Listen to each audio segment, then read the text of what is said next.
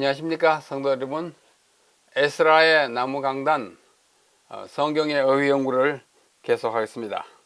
성경의 중요한 어휘들을 함께 공부함으로써 성경의 본 뜻을 더 가까이 이해하고자 하는 것이 이 에스라의 나무강단이 제공하는 성경의 어휘 연구의 목적입니다. 앞에서 이미 누차 말씀드렸기 때문에 잘 아시리라고 생각합니다.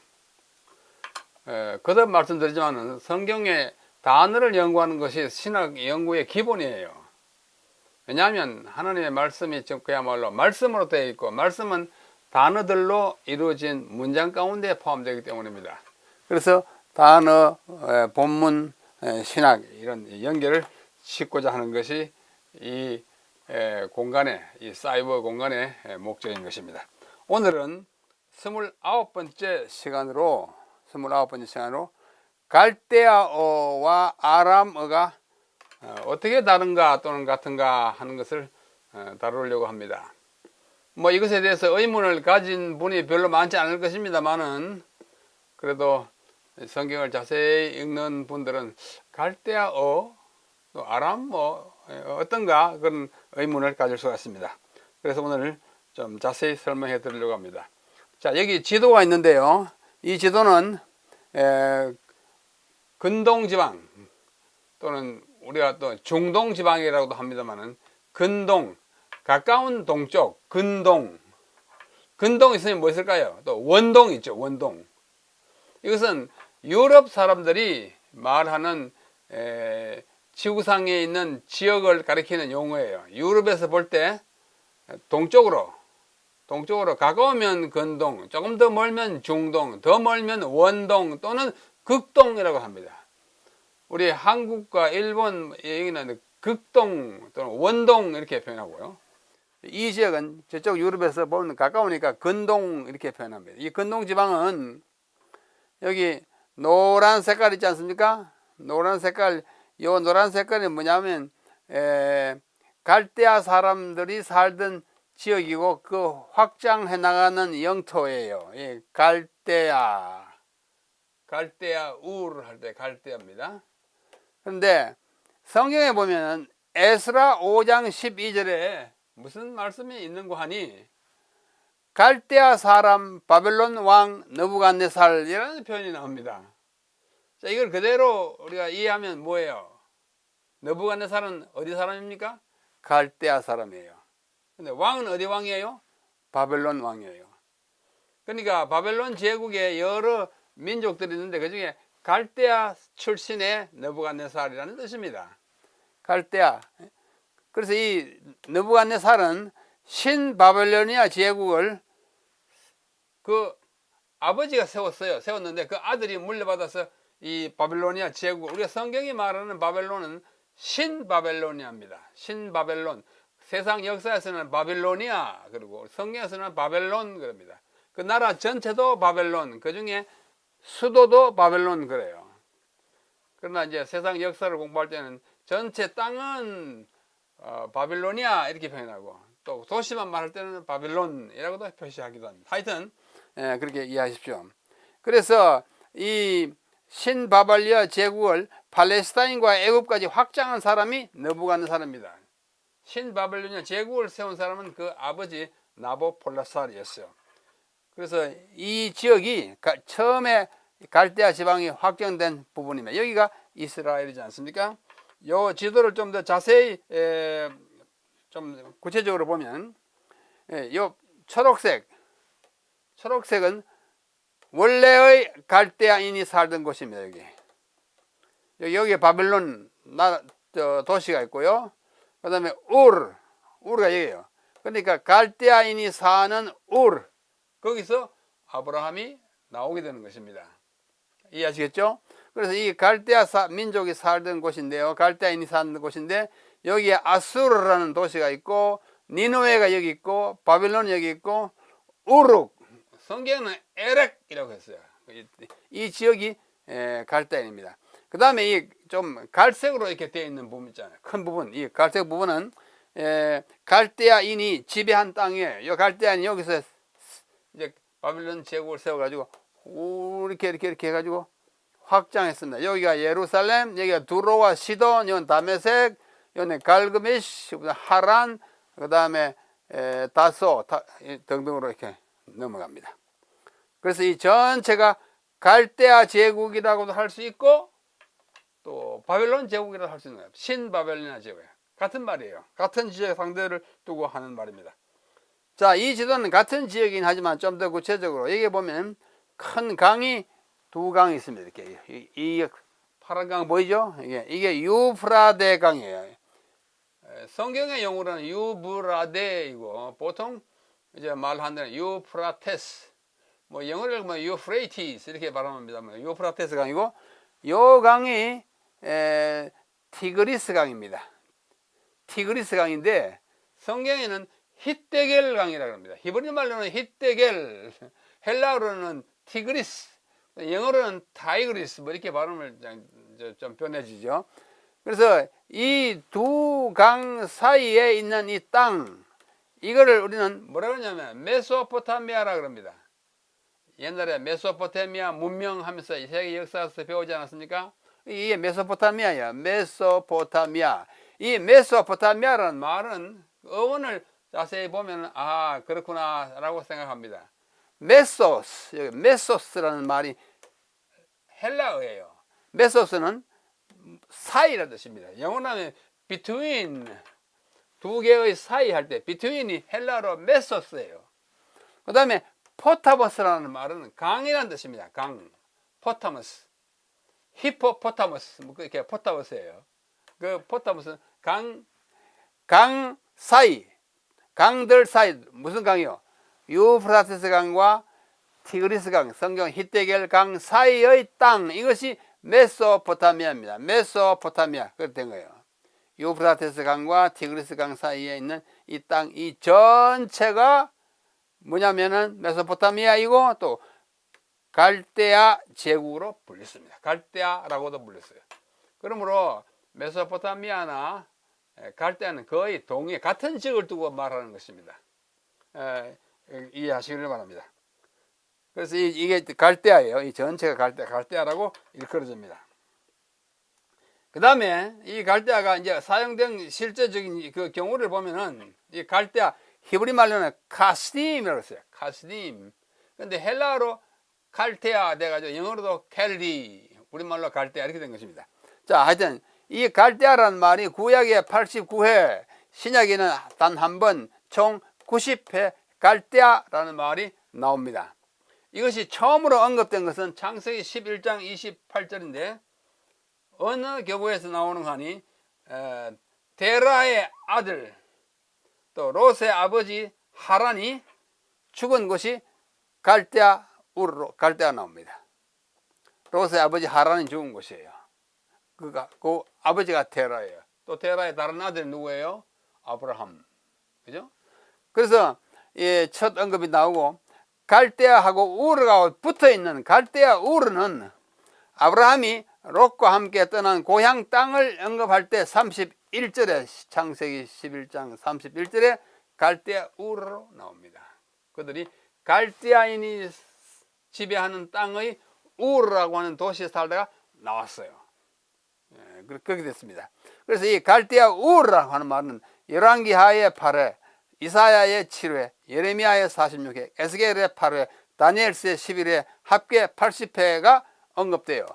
갈대아만 하면은 90회인데 갈대아 우르는 80회 나타나고 있습니다. 그래서 바벨론의 느부갓네살 왕이 유다를 침공하고 멸망시키던 그때에 갈대아인이 바벨론 왕 되어가지고 침공해서 예루살렘을 3번이나 침공했어요. 아주 좀 집요하게 지배한 아주 강대한 제국이었습니다. 먼저는 BC 605년에 맨 처음 들어왔고요.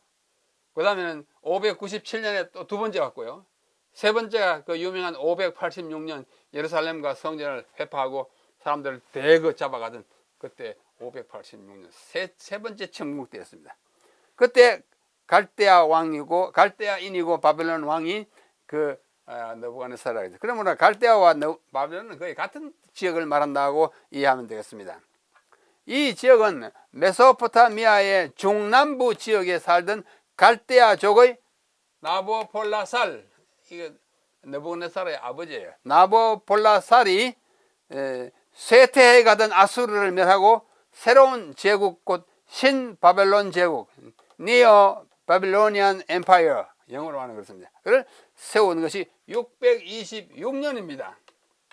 그래가지고 그는 얼마 있다 죽고 그의 아들 느부갓네살에게 그 왕위를 내려줬는데, 그래가지고 아까 본 에스라 5장 12절을 보면은 갈대아인 바벨론 왕 느부갓네살 이렇게 표현되어 있는 것입니다. 느부갓네살은 BC 605년부터 562년까지 살았습니다. 그래서 느부갓네살이 제국을 강대하고 아주 멀리까지 확장시켰습니다. 그런데 느부갓네살은 그 아들이 시원찮았는지 없었는지 그 딸이 있었어요. 딸이 니토크리스라는 딸이 있었는데, 이 니토크리스와 결혼한 사람이 누구냐면 나보니두스입니다.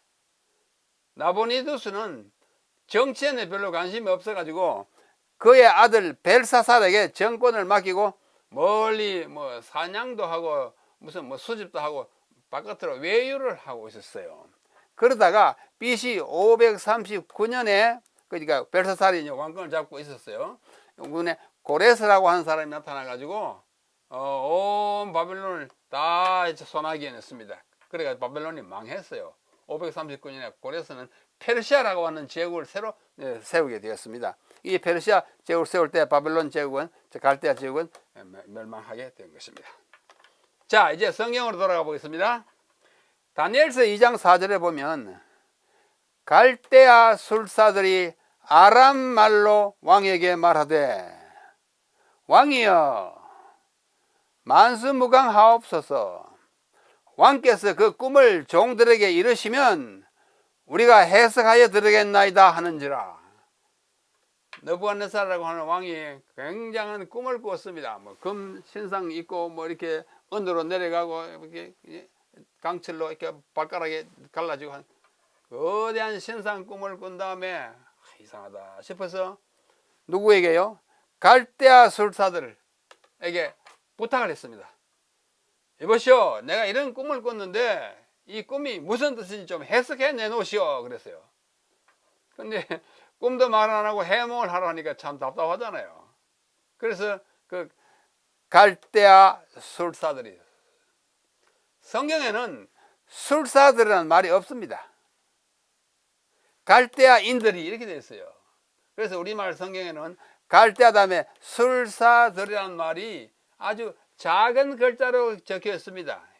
개역 한글판 우리가 보통 보는 거에는 뭐 작은 글자로 아니고 다 큰 글자로 된 것도 있지만 작은 글자로 되어 있는 것이, 그 말은 원어에는 없지만 이 갈대아인이라고 하는 것은 술사들을 말한다고 해석을 곁들여 놓은 것이에요. 틀린 건 아니에요. 그건 맞습니다. 근데 그 말은 갈대아인 그러면 술사들, 이게 동일시되는 그런 관념이 있었다는 것입니다. 이 갈대아 술사들이 아람 말로, 왜 아람 말을 하냐면 히브리 말 아니라는 뜻입니다. 히브리들이 그 잡혀가 있잖아요. 근데 히브리 말 아니고 아람, 히브리와는 좀 다른 아람 말로 말을 했다. 그래가지고 갈대아 술사들과 아람 말이라는 두 단어가 다니엘 2장 4절에 나오는데, 그래서 2장 4절 그 다음부터는 전부 뭐예요? 아람어로 기록돼 가지고 7장 28절 마지막 절까지 다니엘서의 중요한 부분은 아람어로 기록되어 있습니다. 이 아람어는 히브리하고 좀 달라요. 여기서부터 아람 말로 왕이라고 하되, 왕이여 만수무강하옵소서, 우리가 해석하겠나이다. 그 쭉쭉쭉 이어가는 그 부분은 전부 히브리어가 아니고 아람 말로 되어 있어요. 히브리어와 아람어는 아주 이웃 언어예요. 형제 언어여서 첫째, 문자가 같습니다. 알파벳이 같아요. 좀 이따 설명할게요. 여기서 갈대아 술사들, 술사들 작은 걸 잘 쓰는데, 술사들은 원문은 그냥 카스팀입니다. 아까 이야기했죠? 갈대아인들 이 말이에요. 갈대아인들은 술사를 잘했다 그거예요. 그래서 이 칼디, 영어로 칼디언스입니다. 이와 같이 갈대아인이라는 말에는 다음과 같은 여러 가지 뜻이 포함되어 있었습니다. 그 중에 하나가 뭘까요? 술사들이에요. 자, 첫째, 고대 문헌에 갈대아인들 하면 첫째, 천문학자라는 뜻입니다. 천문학을 많이 연구한 사람들이 그 가운데 많았어요. 천문학자. 둘째는 점성술사. 천문학자하고 점성술하고 천문학하고 달라요, 같아요. 굉장히 많은 공통점이 있어요. 첫째, 별을 보고 연구한다는 점에서는 같은데, 우리는 현대 천문학 그러면 그걸 굉장히 과학적으로 하는 것이고, 점성술사들은 별을 보고 하긴 하는데 그걸 점을 치는데 사용하는 걸 점성술사라 그럽니다. 그래서 점쟁이라는 뜻이 돼요. 영어로는 아주 비슷합니다. astronomer 천문학자, astrologer, astro는 다 별이라는 뜻이에요. astro 별입니다. astronomy 하면은 천문학이고, astrology 하면은 점성술이에요. 그렇게 하는 사람을 astronomer, astrologer 이렇게 표현하는 것입니다. 그래서 별을 가지고 뭐 한다는 데서 공통점이 있고, 그래서 이 갈대아인들은 그런 걸 잘했기 때문에 술사, 술객, 마술사, 박수, 영어로 sorcerer, wizard, 뭐 이렇게 magician 이렇게 많이 그런 의미로 그 단어가 사용되었습니다. 갈대아인 그러면. 그리고 신약에 나오는 동방박사도 그 가운데 포함된 사람이었어요. 저기 갈대아 사는 사람들, 그 사람이 갈대아인이었는지 할 수 없지만 하여튼 오늘날의 이란 지역에서 그들을 일컬을 때 그렇게 표현했어요. 자, 동방박사, 동방철학자, 그것을 특별히 이 동방철학자 할 때 이것을 헬라어로 마구스, 마구스. 이걸 그대로 영어로 써야, 영어는 메이거스, 헬라어로는 마고스 이렇게 표현합니다. 마고스죠, 마고스. 복수는 마기, 영어로 하면 메이자이, 헬라어로는 마기 이렇게 합니다. 왜요? 별을 보고, 동방목사들이 별을 보고 어떻게요? 베들레헴까지 찾아왔잖아요. 하여튼 별과 관련돼 가지고 연구하고 점도 치고 하는 사람들이 누구예요? 갈대아인이었어요. 그 다음에 그들이 아람말로 했다. 아람말, 아람어라는 뜻이죠. 아람어는 히브리말로 아르미트라고 그래요. 아르미트. 영어로는 아르메이익 이렇게 변합니다. 하여튼 이 아람어는 BC 17세기, 언제냐면 야곱과 뭐 아브라함 그때예요. 17세기에 라반이 야곱과 세운 언약에 관한 이야기가 나옵니다.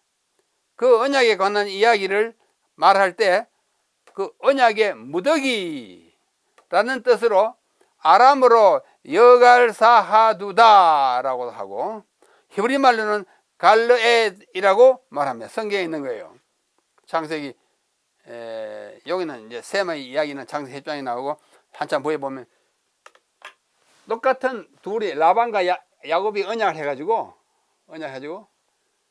한 사람은 여갈사하두다 그랬고요. 이건 아람어예요. 똑같은 의미는 언약의 무더기인데, 히브리어로는 갈르엣, 엣이 언약입니다. 갈르는 무더기예요. 그 똑같은 말을 하나는 히브리어로 하나는 헬라어로 말했다고 하는 것으로 봐서 야곱 시대에 이 아람어로 단어를 쓴 걸 봐서 그 당시에 아람어를 사용했다는 걸 우리가 알 수 있습니다. 근데 그 아람이 누구냐? 셈의 아들이에요. 창세기 10장에 보면. 셈은 누구예요? 노아의 아들이잖아요. 그죠? 노아의 아들 셋이 있었잖아요. 셈과 함과 야벳인데, 셈의 아들 이름이 아람입니다. 그래서 이 아람을 조상으로 하는 그 후손들을 우리는 뭐라 그러냐면 아람족, 아람인 이렇게 표현한 것입니다. 아람어가 처음에는 아람족, 그러니까 아람의 후예들만 사용하는 언어였지만은 그 언어의 세력이 점점 강화하여 전 갈대아 제국의 공용어가 되었어요. 그래가지고 아람어가 되는 것입니다. 갈대아 제국의 갈대아어도 되는 것입니다. 그래서 갈대아어라고도 하고 또 아람어라고도 하는 거예요. 저는 아람족의 어른데 갈대아 제국의 공용어가 됐으니까 갈대아어. 그러므로 아람어와 갈대아는 똑같은 언어라는 사실을 알 수 있겠죠? 분명합니다. 그래야 팔레스타인 지역까지 확대되어 널리 사용되었고, 또 지역에 따라 여러 지방 아람어들을 갈라지게 됐습니다. 그 언어 자체는 동일한 셈어계인 히브리어와 닮았어요. 문자도 같아요. 단어가 비슷한 거 참 많아요. 그래서 우리가 우리말로 아브가 아버지인데 아람 말로는 아바 이렇게 비슷하단 말이죠. 예, 그래서 히브리어와 아주 닮았습니다. 성경에는 다음과 같은 여러 부분들이 아람어 즉 갈대아어로 기록되어 있습니다. 창세기 아까 말했죠. 31장 47 여갈사 하두다 한 단어가 갈르엣 히브리어 여갈사 하두다 아람어의 한 단어가 창세기에 기록되어 있고 창세기에는 아람어가 요 한 단어뿐입니다. 둘째는 에스라 4장 7절로 6장 18절 7장 12절로 26절이 아람어로 되어 있어요. 아람어로 되어 있습니다. 그 다음에 아까 얘기했던 다니엘서 2장 4절로 7장 마지막 절까지로 그 갈대아인들이 아람어로 말했어요. 그 다음에 예레미야에 가면 10장 11절 한 절이 창세기에는 한 단어가 예레미야에는 한 절이 10장 11절이 아람어로 되어 있고 에스라와 다니엘서는 상당히 긴 부분이 아람어로 되어 있습니다. 그러므로 구약을 연구하는 학도들은 히브리어뿐만 아니고 아람어를 아주 친숙히 알아야 합니다. 저도 이 아람어 공부하는데 얼마나 많은 시간과 노력을 기울였는지 몰라요.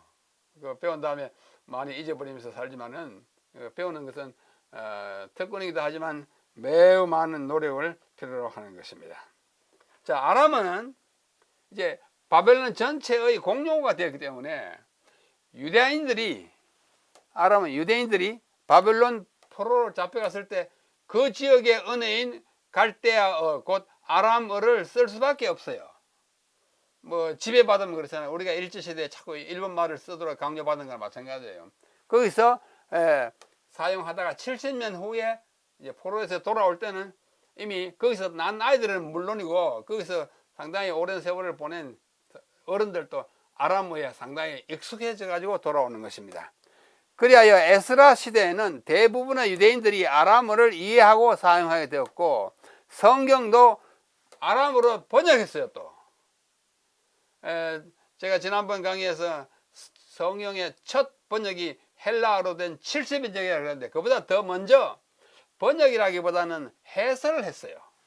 해설해. 이게 그 타르굼이라는 구약 성경이 있는데 이것은 성경 자체가 아니고 성경을 아람어로 번역 겸 해설한 것이어서 조금 번역과는 다르게 취급합니다.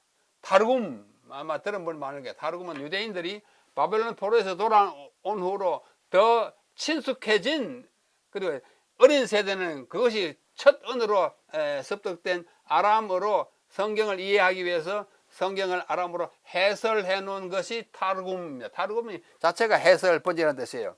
그래서 구약을 아람어로 해석합니다. 예수께서도 탄생부터 아람어를 사용하셨어요. 모국어가 히브리어긴 하지만은 친숙하게 사용하고 그 당시에 사용하고 있었기 때문에 예수님도 아람어에 아주 친숙했습니다. 공중봉사 기간에도 가끔 아람어를 사용하신 예를 볼 수 있습니다. 신약에는 아래와 같은 아람어 구절들과 인명들과 지명들이 있어요. 달리다 굼, 소녀야 일어나라, 아람어예요. 그 다음에 에바다, 눈이 열려라, 그런 거 있죠. 아바, 아까 했잖아. 아바는 아브라고 하는 히브리에 아빠라고 하는 아람어 아버지라는 뜻이에요. 그 다음에 라카, 살상보원에서 이야기했잖아. 마태복음에 형제를 읽어 라가라 그러면 안 된다고. 이 나쁜 놈 그런 뜻이에요. 욕하면 안 돼요. 라카. 그 다음에 마몬, 이거는 이 돈의 신, 마몬. 그 다음에 라보니, 이것도 아람어예요. 아랍어가 아니고 아람어예요. 선생님이야, 내 선생님이야 하는 건 뜻이잖아요. 또 마라나타, 우리 잘 알잖아요. 고린도전서 16장에 있는 마라나타, 주께서 오신다. 이게 뭐예요? 아람어예요. 그 다음에 엘리 레마 사박타니, 이게 아람어예요. 히브리하고 비슷합니다. 히브리어는 엘리 레만 이거 라마 사박타니 있는데 조금 다르지. 하지 아람어예요. 그 다음에 1.1핵 하는 것도 요타 미야 케라야 하는 역시 아람어를 헬라어로 옮긴 것입니다. 코르반 주께 바쳤다. 이게 코르반이 아람어고 스카라 포도주와 소주 할 때 소주가 스케라는 이 아람어에서 온 거예요. 우리말로는 그냥 소주라고 되어 있습니다. 그 다음에 호산나 잘 알잖아요. 뭐 찬송도 하자는 것이. 그리고 인명 가운데 보아너게 뭐 우리의 아들 게바 베드로 이름이죠. 그 다음에 도마이 쌍둥이라는 뜻의 아람어에서 왔어요. 아람어. 그 다음에 다비다 그 도르가의 이름이 다비다잖아요. 그 아람어예요. 지명도 겟세마네 아람어예요. 뭐 겟세마네. 그 다음에 골고다 뭐 아시잖아요. 해골 골짜기요. 그 다음에 가바다 그것도 역시 골고다를 가리킬 때 가바다. 아겔다마 뭐 피해 동산 가려지다가 몸에 죽은 것이죠. 그 다음에 베데스다 다 아람어예요. 기타 바돌로메 바요나 바라바 바사바 바디메오 바나바 바예수 바는 아들이라는 뜻의 아람어입니다. 히브리 말로는 벤이에요. 벤야민 벤 뭐 할 때는 근데 아람어는 바르예요. 바르인데 우리말로 그냥 바 했어요. 이 다 아람어에서 왔어요. 네. 자, 요약하면 1. 갈대아는 메소포타미아의 하부 중남부에 거주하던 종족으로서 그 세력을 확장하여 메소포타미아 전역을 장악했던 고대의 왕조이고 큰 세력이었어요. 둘째, 특히 갈대아 사람 나보폴라살이 아수르를 장악하여 신바벨론 제국을 세우고 그의 아들 느부갓네살이 당대의 천하를 지배해가지고 저기 애국까지 가서 정벌 하고 그랬어요. 그래서 갈대아 제국이 되었어요. 바벨론 제국인데 그 민족이 갈대아 민족 때문에 갈대아 제국. 민족으로 말하면 갈대아 제국, 영토로 말하면 바벨론의 제국. 그렇게 된 것입니다. 셋째, 그 무렵에 셈의 아들 아람의 족속이 사용하던 언어인 아람어가 점점 널리 사용되고 세력을 얻었기 때문에 갈대아 제국의 공용어가 되어 갈대아어라고도 일컬어지게 되었습니다. 아람어가. 따라서 갈대아어와 아람어는 동일한 언어를 칭하는 용어, 다른 용어에 불과한 것입니다. 넷째, 아람어는 히브리어와 동일한 어족인 셈어에 속하는 동족어예요. 영어로 cognate language, 같은 족이 같아요. 예를 들면 스페인어하고 포르투갈어하고 동족이에요. 그렇죠? 글자도 같고 그런 식입니다. 아주 비슷해요. 그 다음에 아람어는 바벨론 제국의 세력이 확장됨에 따라서 팔레스타인 지역, 이스라엘, 시리아, 요르단에도 파급돼 가지고 예수님 당시에는 아람어를 막 사용했어요. 그 다음에 바벨론 포로 후에 귀환한 유대인들은 바벨론에서 익숙해진 아람어를 계속해서 사용하게 되었고, 그래서 구약을 아람어로 번역하게 되는데 해설하게 되는데 그것이 타르움입니다. 예수님도 태어났을 때 일상에서는 아람어를 모국어로 사용했던 것으로 보입니다. 이제 아람어와 갈대아의 관계를 아시겠죠? 같은 것인데 왜 그렇게 다르게 불리게 되는지를 말씀을 설명해 드렸습니다. 앞으로 갈대아 아람어 나오거든. 같은 언어인데 그 세력이 확장됨에 따라서 처음에 아람어가 갈대아가 되었다, 그렇게 이해하시면 되겠습니다. 이상으로 갈대아어 아람어에 대한 설명을 마치겠습니다. 다음에는 또 다른 재미있는 어휘 제목으로 여러분과 함께 공부하겠습니다. 여러분, 다음 시간까지 안녕히 계십시오.